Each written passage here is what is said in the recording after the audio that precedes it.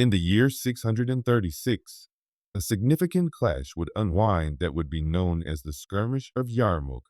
The Skirmish of Yarmouk was a huge military commitment that occurred in 636 promotion between the Byzantine realm and the Bedouin powers of the Rashidun Caliphate. It was a significant showdown during the early Middle Eastern Muslim development and assumed a pivotal part in molding the historical backdrop of the locale. The fight happened during the early long periods of the Islamic Caliphate following the demise of the Prophet Muhammad in 632. Advertisement. The Muslim powers under the administration of Caliph Umar al-Khattab looked to grow their domain past the Middle Eastern landmass. The Muslims had at first attacked Syria in what was a progression of painstakingly arranged and all-around facilitated military tasks, which utilized technique rather than unadulterated solidarity to manage the Byzantine safeguarding strategies. The Muslim armed forces anyway before long ended up being excessively little to deal with the Byzantine reaction in the district, and their leaders called for fortifications.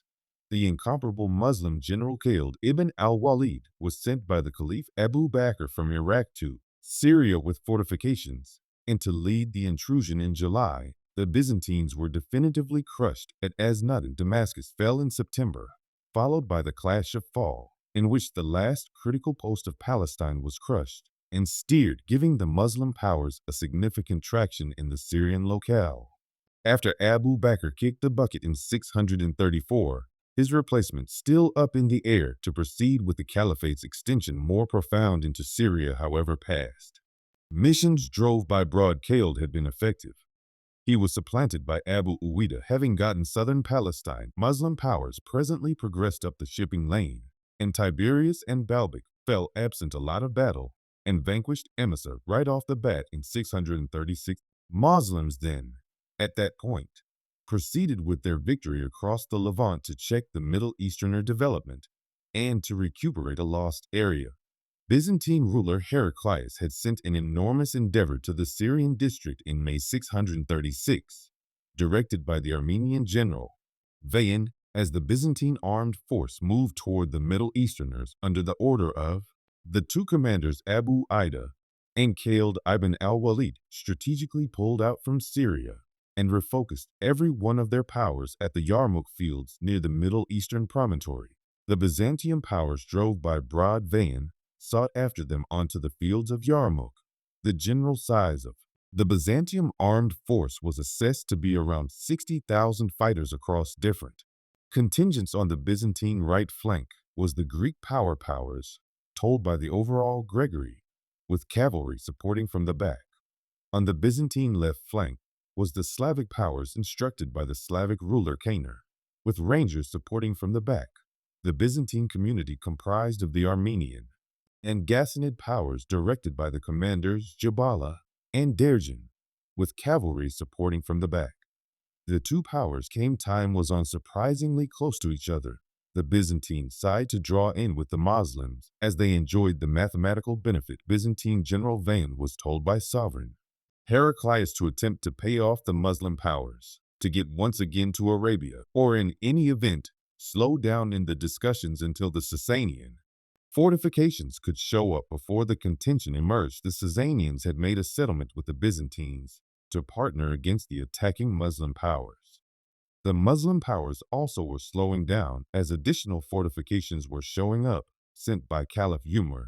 Discussion forged ahead for a long time. Vayan was worried that he could lose the mathematical benefit, so he assumed control over issues and requested to haggle with General Khalid in person while Khalid and Vayan were arranging. The Armenian general offended the Khalid ibn al-Walid by in regards to that the Middle Easterners were just ruined hungry, pathetic Bedouins. He then, at that point, offered Khalid ibn al-Walid food and gold to leave Byzantine terrains. Khalid ibn al-Walid was unamused by Vayan stooping approaching the Christian general to embrace Islam in return for harmony, adding, "Assuming you decline, there must be battle among us, and you will confront men who love passing as you love life."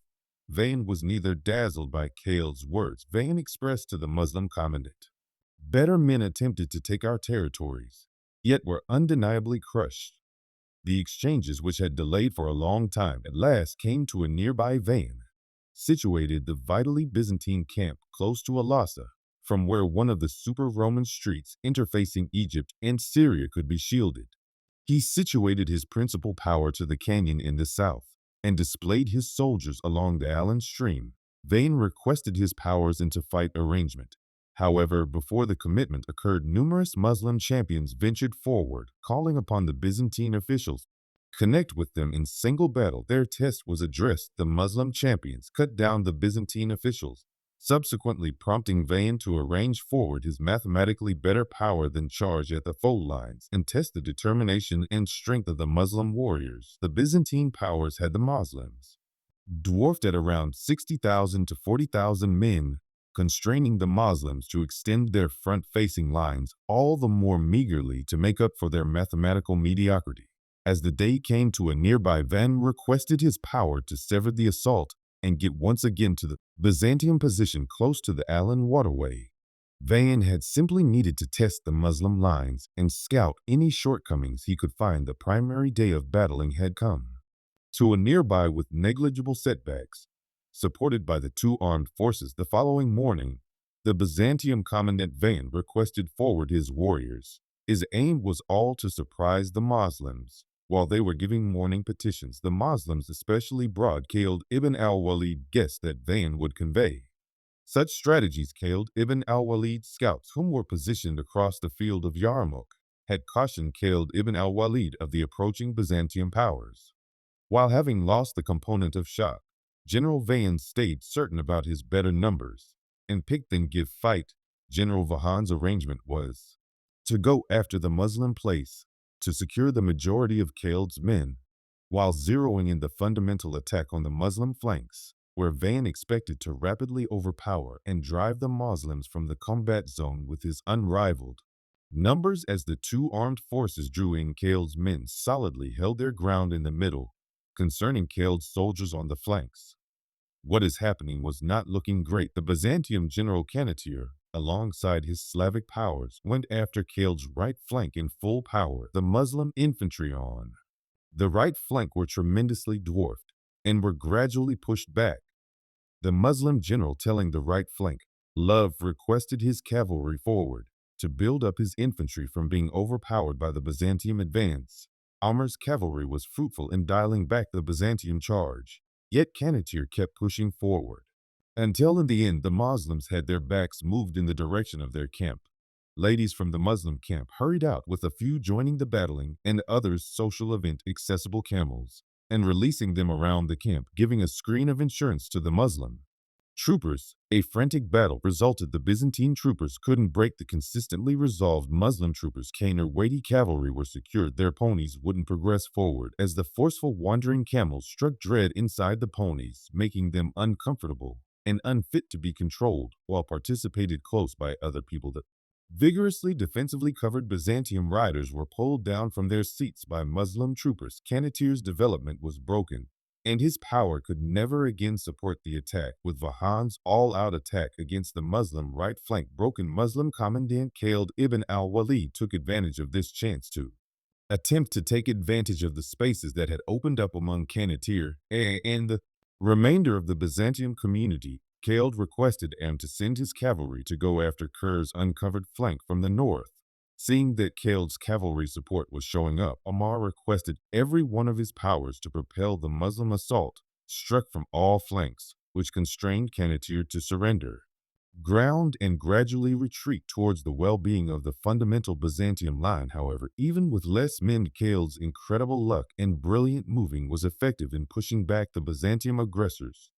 Luckily for the Byzantium flank, Canatir's Slavic infantry were capable veterans, which permitted them to withdraw neat and tidy. If not, their flank might have totally fallen, consequently uncovering the sum of the Byzantium fundamental line on the contrary side of the war zone. The Muslim left flank wound up in extensively more issue with the greater part of the Muslim cavalry as of now building up on the right flank. The Muslim general instructing the left flank, Yazid, was losing in ground to the Greek Byzantines progressing forward on the Byzantium right.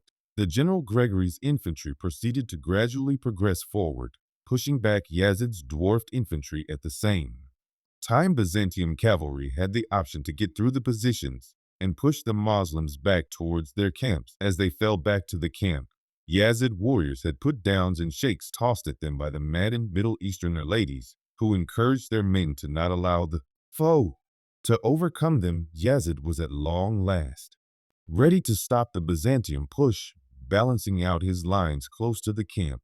Like what had happened on the right flank prior, a portion of the Bedouin ladies started waging war in the protection of the camp.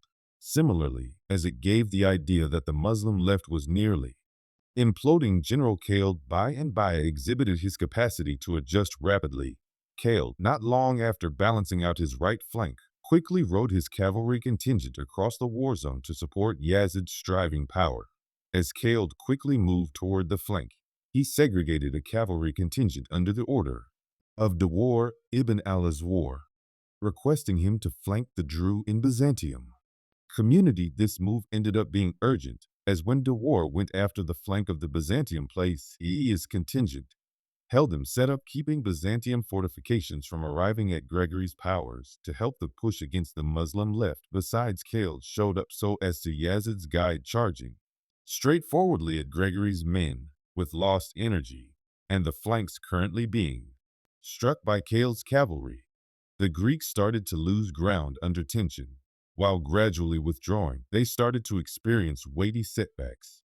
The basic demonstration of this move by Khaled gave the impression to the Byzantium Greeks that they were being defeated, harming their spirit. All the while, the battling at the middle persevered. Muslim commandant Dawar's troops had the option to kill the Armenian Byzantine commandant Derjan, whom battled close by his officers on the cutting edges. As the sun dwindled and the day came to a nearby, the two powers quit battling for the day. For Byzantium, General Van losing Derjan, one of his key lieutenants, was a gigantic catastrophe for his military. Khaled's mobility and capacity to successfully counter Vahan's advances constrained the Byzantium commandant to rest plan his strategies. On the third day of the fight, the Byzantines by and by advanced toward the Muslim line.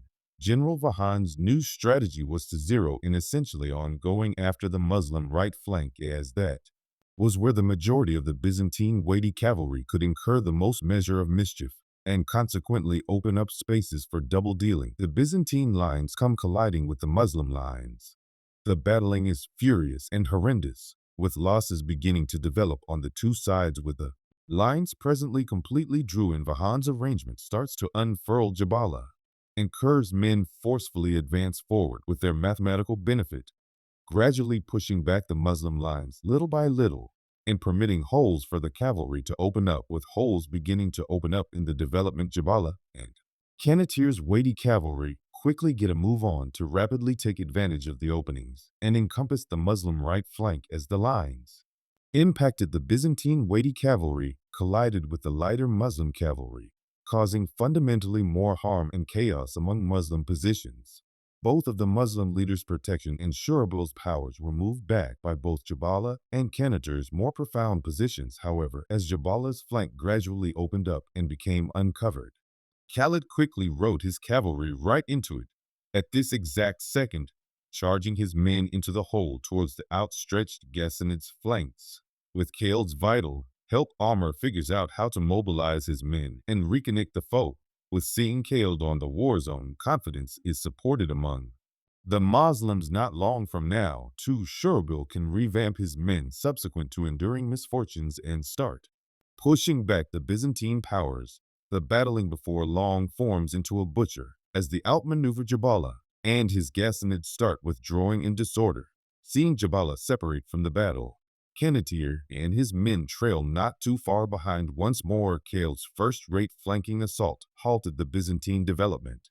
On the fourth day of fight, Byzantine General Van selected to forge ahead with similar fight strategies. He requested both Canatir and Jabala forward to give fight on the Muslim right. In the meantime, Van picked to keep his Armenian power and Gregory's Greek power progressing at a more slow speed, as Canatir's Slavic division and Jabala Ghassanid division met the Muslim lines. They had them frustrated and on edge. The Bedouin light cavalry was especially experiencing a ton of difficulty holding the charge of the Byzantine cataphracts. In the meantime, Bayan requested the Armenians and Greeks forward at a more slow-speed. General Khaled currently dreaded a hard and fast assault by the Byzantines across his whole line. Khaled realized that his military had experienced excessively numerous setbacks in the earlier long stretches of fight, passing on him with insufficient fighters to safeguard against a general development by Byzantium officers. Khaled additionally realized that his cavalry stores at the back of the military wouldn't be sufficiently adequate to build up the two flanks. All the while, Khaled needed to act quickly to stay away from his military disintegrating. Khaled sent his left flank of Abu Ida and Yazid forward towards both Vayan and Gregory's divisions, expecting to slow their development and purchase valuable time for his men on the right flank. Once connected on the left, Khaled then hurriedly rode towards the holes that opened among Shurabil and Amr as their lines started breaking under the heaviness of the Byzantine assault. In the meantime, on the Muslim left, they had the option to hold the underlying Byzantine charge. Yet Vayan built up the assault with Byzantium bowmen ruling bolts above and pulverizing the Muslim lines. The bolt volleys made weighty misfortunes. Abu Ida's and Yazid's divisions, as of now, not ready to endure the blast of bolts. The Muslim left arranged a retreat outside the scope of Byzantine, with Khaled presently dedicated on the right. Khaled's most terrible trepidation was acknowledged. Byzantium General Gregory requested the development of his division, seeing that the Bedouins were crippled by the misfortunes they took from Byzantine bolts. Not long after, Yazid's debilitated division broke and gave way, leaving Abu Ida's power scarcely holding Vahan's Armenians, with the Muslim left rapidly decaying. Middle Easterner ladies from their close-by camps got weapons and joined the battling. The frantic battling of the Middle Easterner ladies enlivened the Muslim men to hold their ground even against the chances on the contrary flank of the war zone. Love revitalized his warriors and stopped Kerr's development. Khaled's Rangers built up shareable positions, and together they went after and squeezed Jabala division. In the meantime, on the right, the Byzantines at last withdrew after numerous long stretches of battling, and the remainder of Vahan's line before long followed. The fourth day of the fight was destroying for the two sides, with numerous setbacks having been supported, especially for the Moslems. The following morning, Vayan sent a messenger offering a ceasefire to the Muslims. Bedouin administrators assembled for a conflict chamber. Khaled paid attention to his kindred officers then, at that point, stood up expressing the beyond 4 days tried our purpose. This present time isn't the opportunity to surrender. This moment is the opportunity to be definitive at this time. Khaled saw opportunity not set in stone to go into all-out attack mode. He sent his commandant Derjan with 500 cavalry on a flanking move to barricade a critical scaffold across the Rakad crevasse that filled in as the primary line of correspondence and was the key stock line between the Byzantine armed force and their camp. On the 6th day of fight, the commandant of the Byzantine Greek right flank, Gregory, braved into the center of the war zone. Gregory was presumed to be a considerable champion. Muslim commandant Abu Ubaidah answered Gregory's test. Abu Ubaidah was the essential commandant of all Bedouin powers in Syria prior to leaving. He told General Khaled, in the event that I don't return, you will continue order of the military after the fight until the Caliph chooses. In any case, thus Abu Ubaidah, a man answered to be in his 50s, braved to compromise of the front line. Both answered to be considerable champions in single battle. After connecting each other, they dueled savagely for a few minutes. As the two armed forces watched on after dueling, Gregory withdrew back towards his line, a stunt to attempt to trick Abu Ubaidah into dropping his defenses. As Abu Ubaidah found him in a brief instant, Gregory went to strike. Abu Ubaidah dodged to sidestep the blow, striking the Greek general across the neck with his sword, killing him. Seeing this, Khaled realized now was the second to strike. He requested the Muslim line forward. Khaled went through a large portion of the late evening, rearranging his fighters, abandoning crew of cavalry, the infantry, and spreading their arrangements to cause it to appear to the Byzantines like the Bedouin numbers were not as affected then recently suspected. Khaled then, at that point, took all of the excess Middle Easterner cavalry and hid them in the shallow plunges of the combat.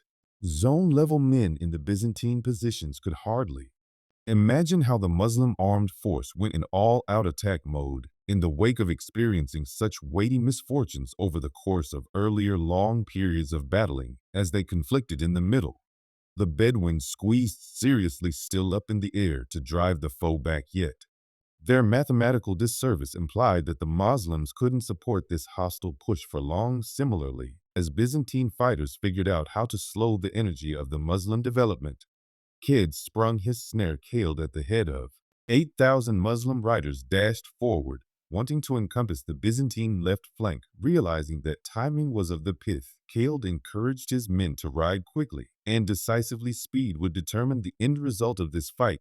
General Vane was in the middle of directing, telling his fighters in the middle. He looked to the left furthermore, saw the enormous dust storm. Understanding that the Muslim commandant had outsmarted him, Van mixed to send any suitable rangers to build up the Byzantine left flank. The Muslim cavalry immediately rose upon the Byzantine left, rapidly encompassing Canatier's slaves. The Bedouin riders followed their general as he directed them around the Byzantine primary line. Leaders Canatier and Jabala's lines started breaking as they prepared for the effect of the Middle Easterner cavalry. It was accounted for that as the Muslim cavalry crushed into Vahan's left, Khaled penetrated an aggressor, breaking his spear in two. Khaled then drew his blade, striking all Byzantine fighters. The Bedouin cavalry rode irately through the positions, unleashing ruin among the Byzantine infantry. Jabala and the Ghassanid separated and began escaping, yet to their shock, they understood that the scaffold across the Rad, their main getaway course, had been barricaded. Jabala men terrified and scattered as each man attempted to save himself. The Slavic ruler Canatier battled on courageously, yet his Slavic troopers were encircled and had no potential for success. The whole Byzantine line started imploding. Vahan's military was being encircled, with any strays being pushed back towards the precipices. The Armenian general shouted orders, and keeping in mind that a few Byzantine units kept their attachment, others were in all-out disorder, unfit to adapt to the quick development of the Middle Easterner light cavalry. Byzantine waterfalls were gone after on all sides. Seeing that the circumstance was miserable, they escaped, leaving the infantry to their destiny. Khaled steadied his horse, shut his eyes, and murmured a request of appreciation. However, it was not promptly evident he realized that the fight was won.